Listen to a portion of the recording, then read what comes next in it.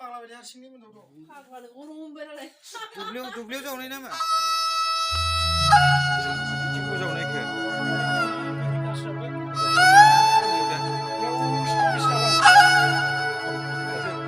बिमा गैयामोन